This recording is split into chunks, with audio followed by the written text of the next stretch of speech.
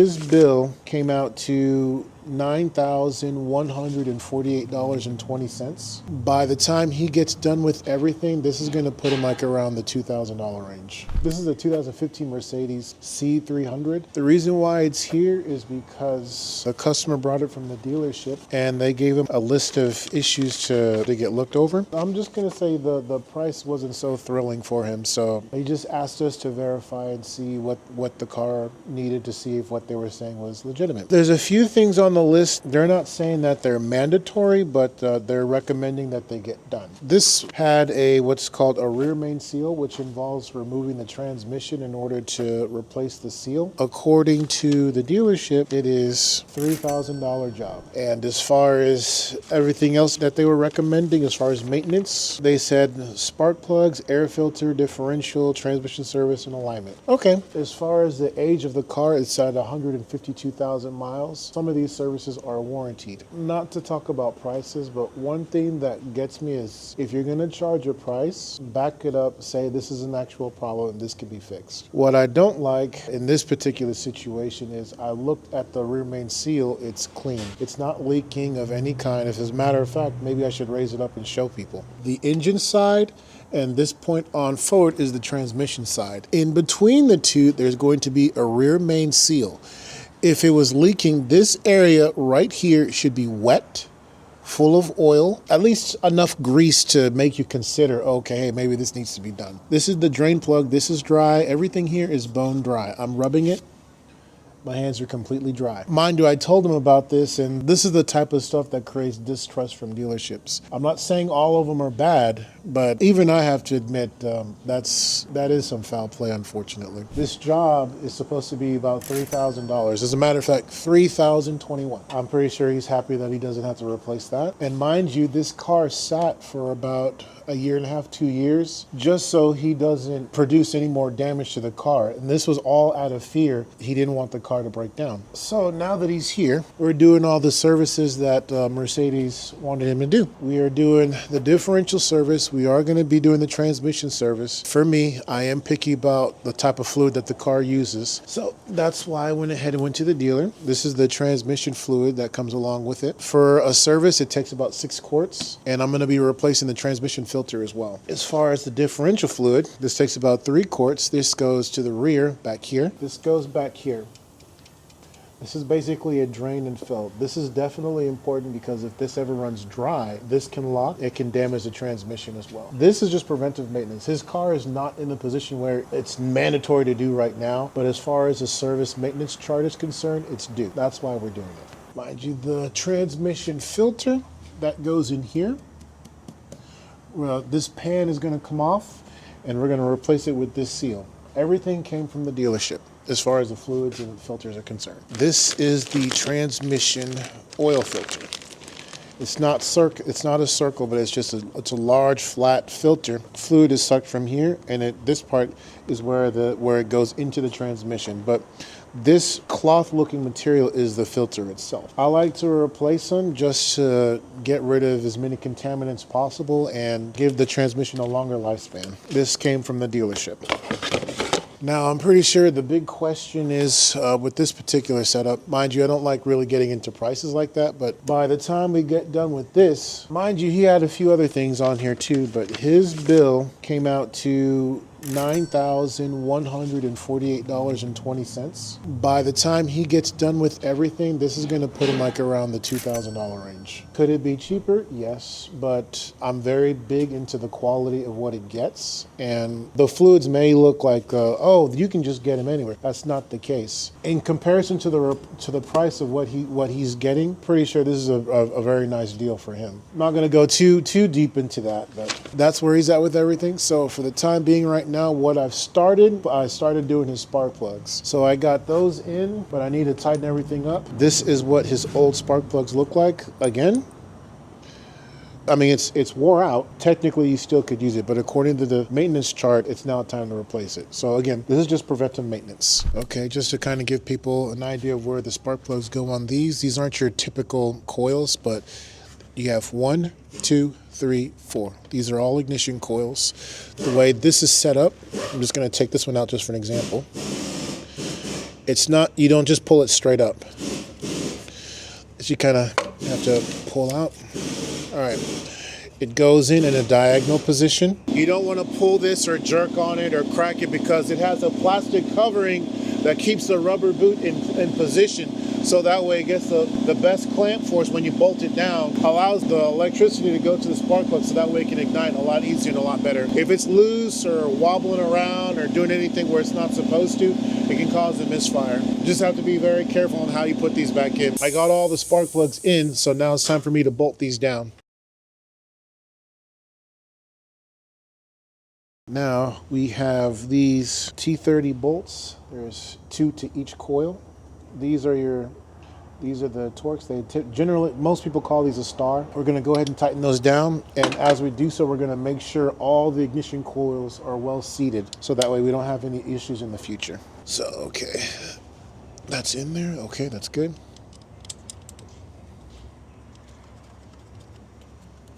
Okay. You don't need to make these extremely tight. They just need to be tightened down and go maybe about another quarter, and then that's it. All right. All right. Okay, right now we are replacing the air filter. What I like to do is I kind of like to start from one position. Once I'm done at a certain level, I'll raise it up, drain the fluids I need to drain, and then I can bring it all back down. So that way I'm not lifting it up and down so many times. Plus it's easier on the lifts too as well. Now, as far as the air filter is concerned, we'll go ahead and replace it.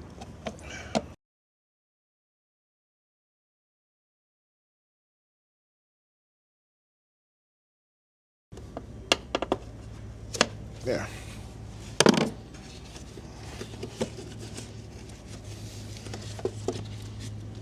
All right, just to kind of give a comparison.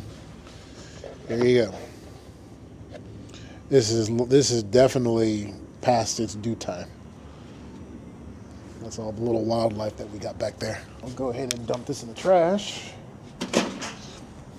Now then, we'll put this in. So we go from asthma attack to now we can breathe again.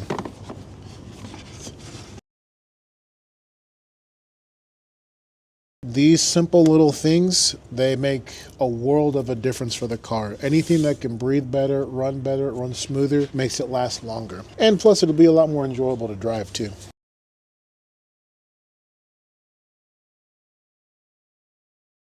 All right, now we just put these back in. In case anybody's wondering what size these are, this is a T25, another star. Okay, as far as the air filter is concerned, the spark plugs are concerned, they're back in order. I got this hose that I need to put back on, so let me go ahead and do that before I forget. All right, we can put this cover back on.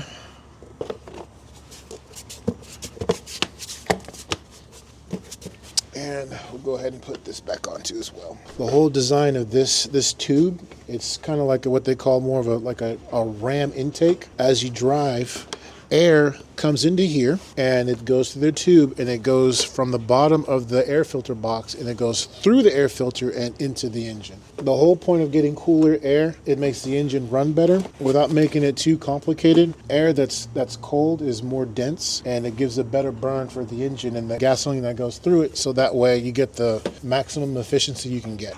Make it known someone was in here. Not necessary to do, but just my little signature. Now when you raise it up, we'll start draining the fluids. We're going to do the differential. I'm gonna get my drain bucket and we'll go ahead and start draining it. As it drains, they'll kind of give us an idea of what it actually looks like.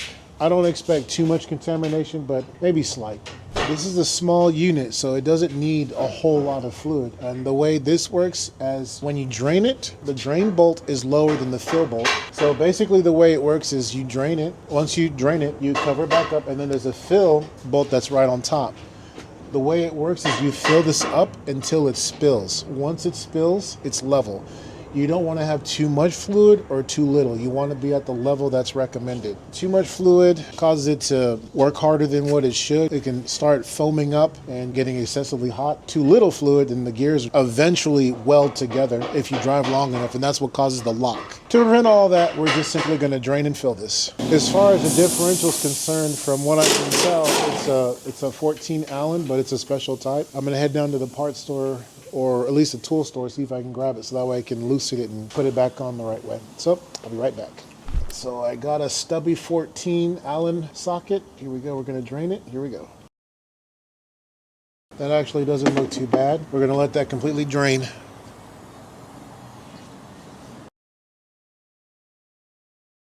That's not too bad, actually. Looks pretty good. All right, let's go ahead and tighten it back up. Now let's go ahead and fill it up.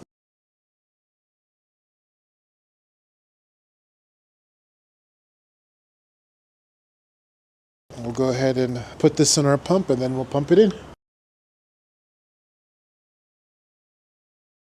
We'll start with 2, then we'll add the third one if necessary.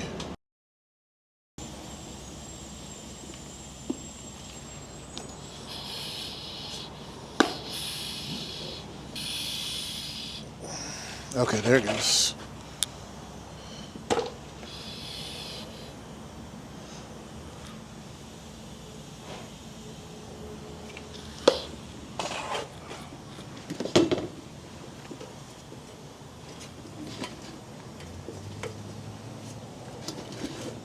Okay, here we go.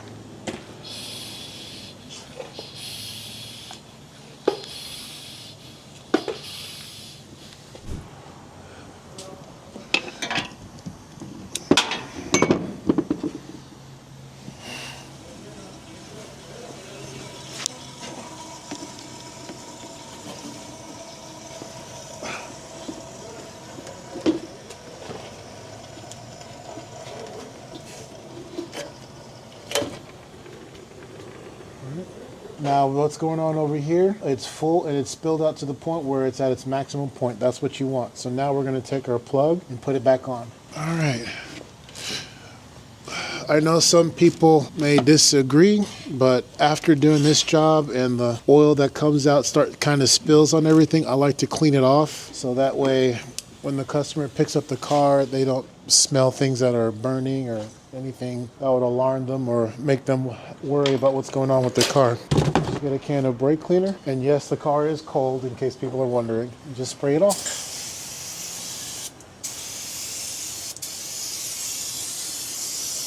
And that is definitely something I want to clean off because the gear oil does not have a nice smell at all. It's very strong and offensive. Okay. So that is done. Okay, now the next thing we're going to do is the transmission service. This does not come with a dipstick with the transmission in order for you to check the fluid. This particular unit, we're going to be pumping it through the bottom. Everyone has their way, but what I like to do is I like to measure the fluid that comes out so that way I know how much I'm dealing with. There is a procedure that you're supposed to go through, but I still like to know how much came out so that way I don't see that I'm short or if I put too much or anything of that nature. Time for the transmission service. So before I drain it, I'm going to get a bucket so I can catch it, so I can measure the fluid. All right, here we go.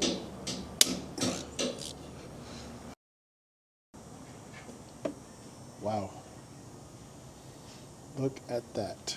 It's definitely time to change it. One thing I didn't mention about the transmission pan gaskets, they are reusable. I feel more comfortable just replacing it. The car has 157 or 152,000 miles on it. So for me, I'm not going to take a chance it drives and then later on it just cracks and then starts to leak everywhere. So I'd rather just replace it. But it is reusable.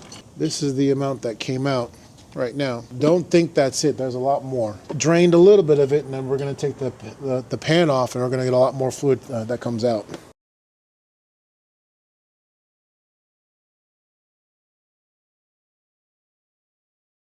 Okay, we're just going to loosen these first, and then we'll get it off by hand.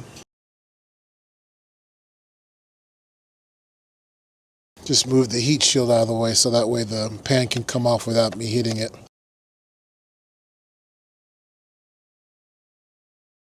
All right, that way people can see it.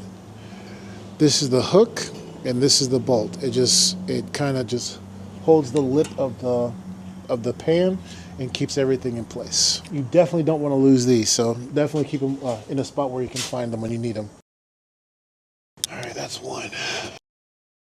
What I'm going to do is I'm going to take everything off except for the last two in the middle. So that way it'll be easier for me to take the pan down and keep everything balanced as the fluid comes out.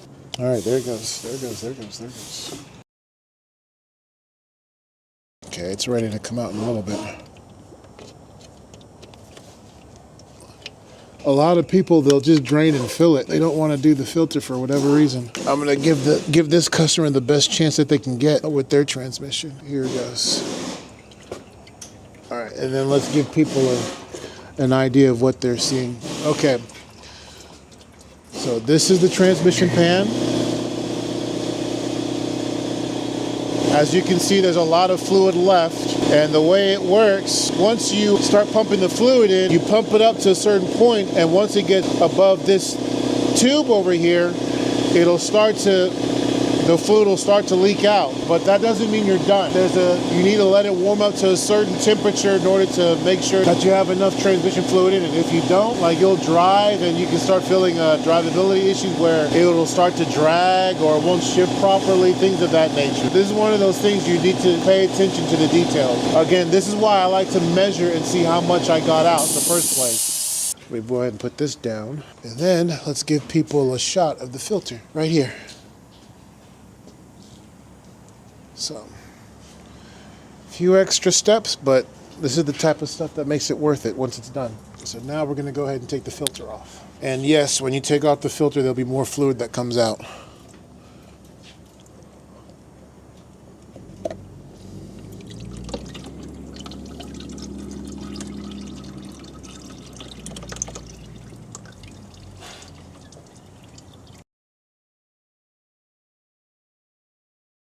That job is done for that filter. Just look around, see if we have any metal shavings or anything like that that might be obvious. So far it looks pretty clean. That's what you want. Okay, one thing I'm going to point out about the filter. The whole point of the filter is to keep contaminants from going through the transmission. One thing I want to talk about is its function of how it's able to do that. As it starts up, fluid will be sucked through the filter. And there's an O-ring that goes around it to keep the filter in place and to allow the suction power to be at its max. Let's say there's a crack in the O-ring, or there might be a crack in the filter. It'll be like drinking through a straw that has a bunch of cracks through it. It'll suck something, but not enough for it to be sufficient for the transmission. The new one comes with the new O-ring, but you always want to make sure that it's there, so that way when you put it on, you don't cause any premature issues. Here they are side by side. You can see in contrast, look how dark that is in comparison to this. That's white. There's the O-ring I was talking about, right there. All right, we'll just take a little bit of this right here. Just kind of keep it lubricated so that way it doesn't pop on us. There. Okay. Now for sure it's in there. You want it flush and you want it to not fall off at the moment you put it on. So that's what we want. What we're going to do is with this old fluid, I'm going to measure and see what actually came out and see where I'm at with it. So that way I'm not overdoing it or underdoing it, anything of that nature. Again, details do matter. In case people are wondering, I can measure by quarts or I can measure by liters. But either way, the whole point is to make sure you know how much came out.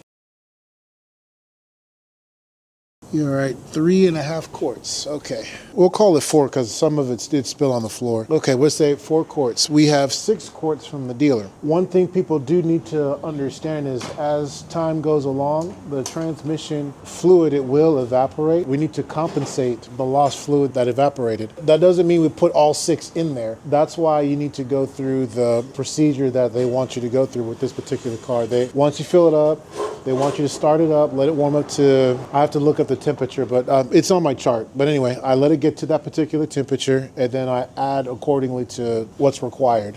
So now that we have this all in order, let's clean this up a bit.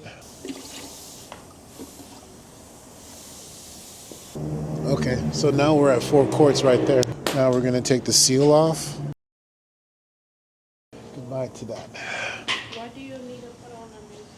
It's reusable. I'm just more comfortable with using a brand new seal. I like the idea that it's on there, and I like to be worry-free that it's not going to break or crack. You can put this back on and it'll be good today, but who knows, like maybe a week or 2 or a month from now, it can split and it'll start to leak and it'll make a huge mess. And if it leaks enough, then the customer's not going to be able to drive. I'm going to clean this pan, and I like to use paper towels to clean off residue because it doesn't leave lint. All right, I'm just getting these little tabs in place, so that way when I put it up, it doesn't just roll off or come out of the way. I want it to stay in place. All right, there you go. Now it's time to put this back on.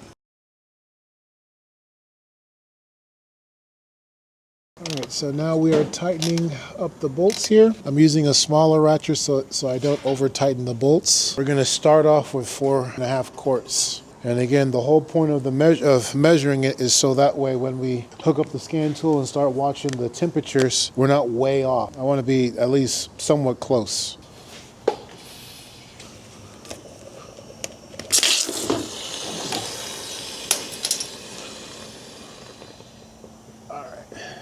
I just need the pressure to kind of stabilize there. Now the next thing we're gonna do, we're gonna start it up and we need it to warm up, and we gotta watch our transmission temperature. Once we reach a certain temperature, then we need to check the level. If more is required, then we'll add it in. If not, then we leave it where it is. Right now we have 4.5. 4 is what came out, well, at least what was measured, and we got some on the floor. We added an extra 1/2 quart to kind of compensate.